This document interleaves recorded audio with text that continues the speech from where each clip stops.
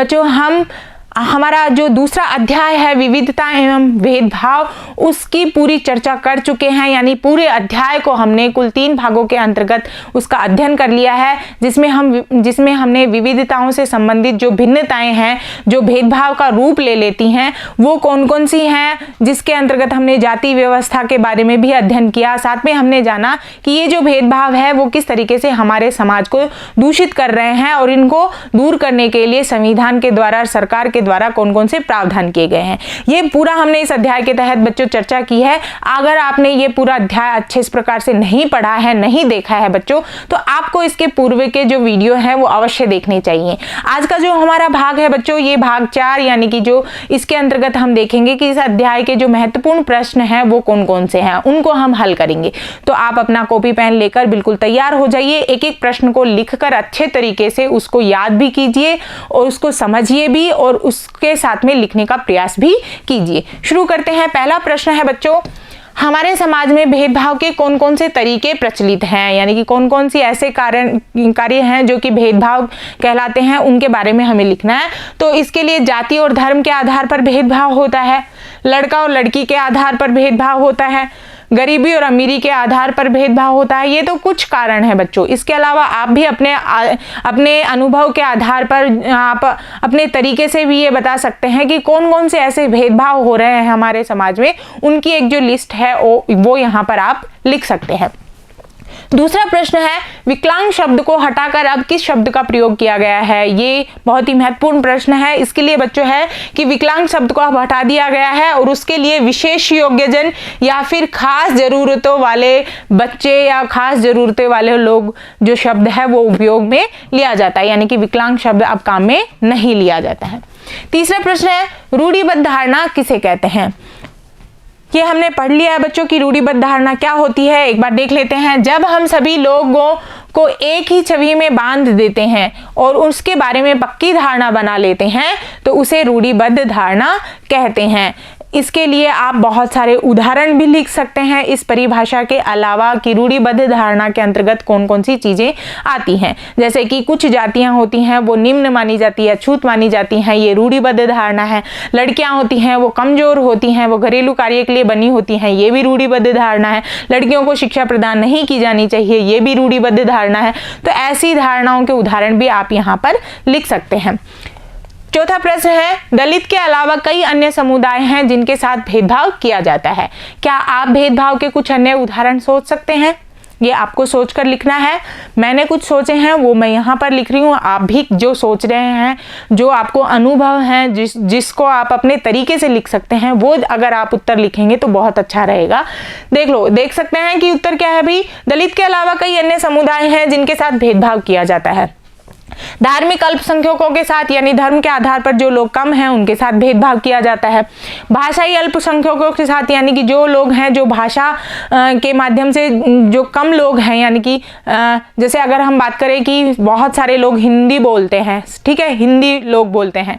जैसे अगर आप अपने राज्य में देखेंगे, जो मध्य प्रदेश, राजस्थान, हरियाणा, पंजाब, इनमें सब लोग हिंदी बोलते हैं, तो हिंदी भाषी राज्य हो गए।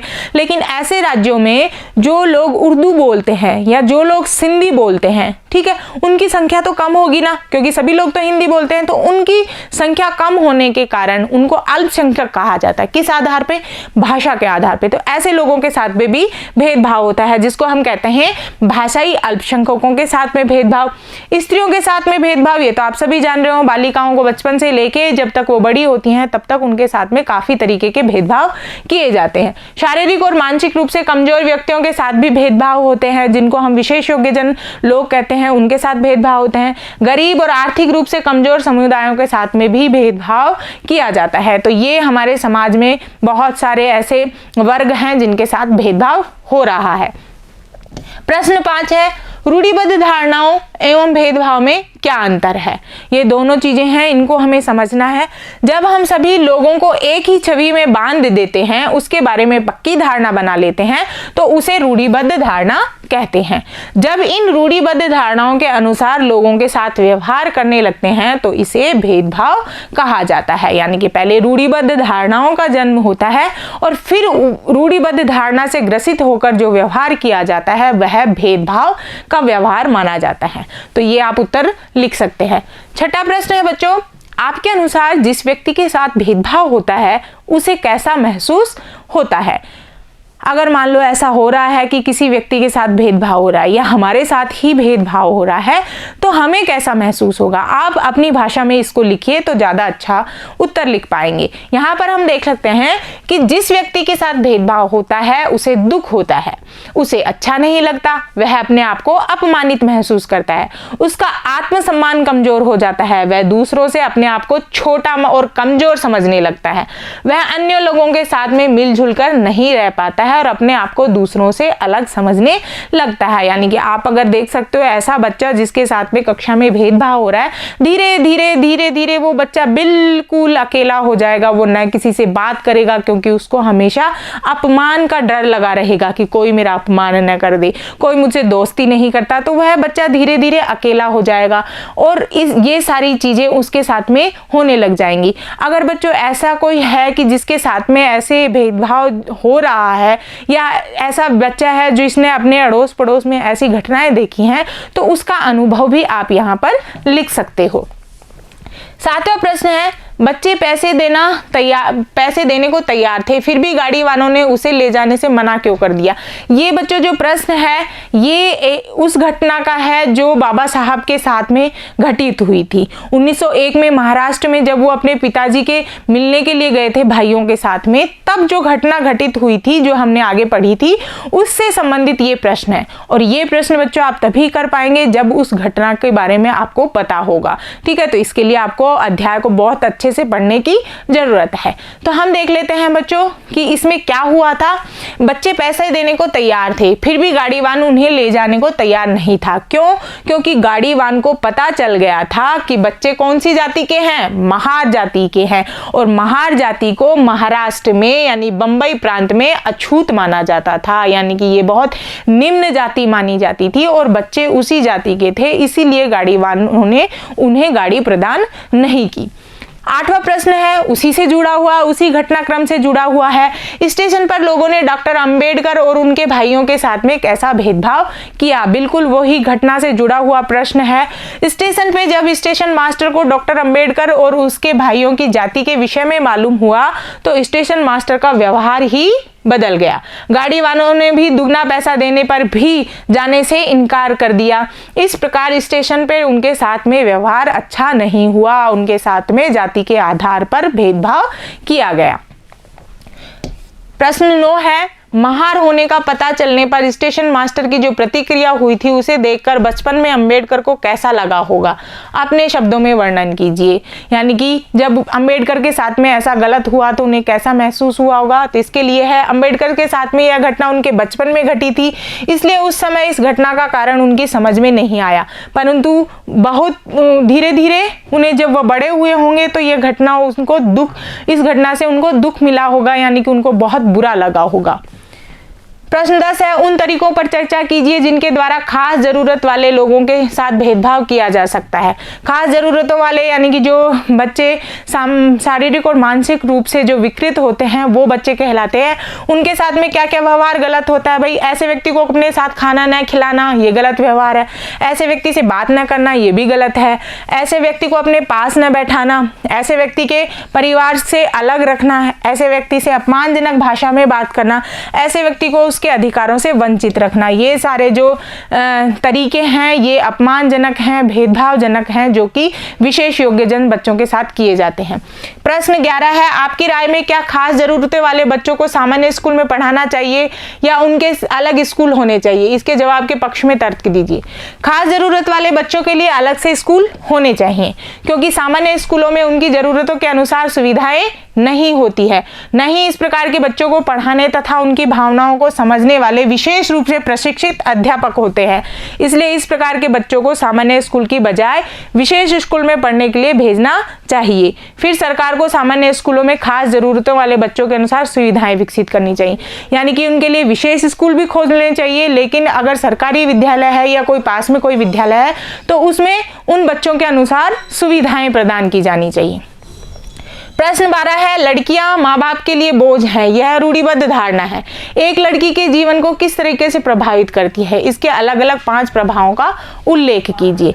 रूढ़िबद्ध विचार या विश्वास जो हम किसी एक व्यक्ति या समूह के बारे में बना लेते हैं जिसमें लेस मात्र सच्चाई नहीं होती, यह तब होता है जब ऐसे विचार एक पीढ़ी से दूसरी पीढ़ी में आते हैं। ऐसे विचार रूढ़िबद्ध धारणा उत्पन्न करते हैं और शांति को नष्ट कर देते हैं। कुछ रूढ़िबद्ध धारणाएं हमारे देश में प्रचलित हैं जो ये हैं, जैसे लोग चश्मा पहनते हैं उनका रवैया बुरा होता है, अफ्रीकन लोग बहुत गरीब होते हैं ये हम सोचते हैं, लड़के खेल में अच्छे होते हैं लड़कियां नहीं होती हैं। इसी प्रकार की बहुत सारी महत्वपूर्ण धारणाएं जो हमारे देश में प्रचलित है वह है लड़कियां अपने माँ बाप के लिए बोझ होती हैं, यह भी एक धारणा प्रचलित है। इस रूढ़िबद्ध धारणा के आधार पर जो व्यवहार लड़कों के साथ किया जाता है उसमें भेदभाव की स्थिति उत्पन्न हो जाती है। लड़कों और लड़कियों के आधार पर कौन कौन से भेदभाव होते हैं भाई? लड़कियों के साथ बचपन से ही पक्षपात किया जाता है, उनकी महत्वाकांक्षाओं को दबा दिया जाता है, कोई सुनने वाला नहीं होता है, उनकी पसंद का खेल भी नहीं खेलने दिया जाता। कहा जाता है कि तुम किचन सेट में खेलो, फुटबॉल और क्रिकेट लड़कों का खेल होता है, यानी कि घरेलू कार्य ही तुम्हारा खेल है। घर के कामों में माँ का हाथ बटाने को कहा जाता है, बचपन से ही सिखाया जाता है कि घर के कामों में ध्यान दो, बेटियां तो होती ही इसलिए हैं, उन्हें ज़्यादा पढ़ने को फिर भी रोका जाता है, लड़कों के साथ वाले स्कूल में जाने में रोका जाता है। इन सभी कारणों से कभी कभी लड़कियों की मानसिक स्थिति पर बुरा प्रभाव पड़ता है और वे अपने आप को दोषी मानने लगती हैं। ये कुछ घटनाक्रम है बच्चों, इससे भी अधिक लड़कियों के साथ में भेदभाव होते हैं जिनको आप भली भांति से जानती होंगी। ठीक है, आगे का जो हमारा प्रश्न है, नीचे दिए गए कथनों की सूची में तालिका भरिए। वे बहुत ही सुशील हैं, ये लड़का और लड़की के कुछ कथन हैं, उनको हमें भरना है। उनका बात करने का तरीका बड़ा सौम्य है, मधुर है, वे शारीरिक रूप से बलिष्ठ हैं और शरारती हैं, वे नृत्य करने में चित्रकारी में निपुण हैं, वे तो रोते नहीं। इनको हमें यहाँ पर भरना है, तो चलो भरते हैं। देखो, लड़कों के वे शारीरिक रूप से बलिष्ठ होते हैं, शारीरिक शरारती होते हैं, वो रोते रही हैं, वे उद्यमी हैं, वे खेल में निपुण हैं, वे खेल में निपुण है। ये चीजें तो हैं लड़कों के लिए। लड़कियों के लिए उनका बात करने का तरीका बड़ा सौम्य और मधुर है, वे बहुत सुशील है, नृत्य करने और चित्रकारी में निपुण है, वे खाना पकाने में निपुण है, वे भावुक हैं, वे भावुक हैं। ये सारी जो हमने लड़के और लड़कियों के भेदभाव के उदाहरण देखे। लड़के लड़की का व्यवहार जन्म से नहीं होता बल्कि हमारे लगातार समाज में सुनते रहने से होता है। लड़के ऐसे होते हैं और लड़कियां ऐसी होती हैं, और समाज की इन्हीं मान्यताओं को हम बिना सोचे समझे मान लेते हैं और सभी लड़कों और लड़कियों को उसी छवि में देखना चाहते हैं। ये एक धीरे धीरे हमारे समाज में भेदभाव का रूप बन जाता है। अगला प्रश्न है, निम्नलिखित कथनों का मेल कराइए, रूढ़िबद्ध धारणाओं को कैसे चुनौती दी जा सकती है, इस पर चर्चा कीजिए।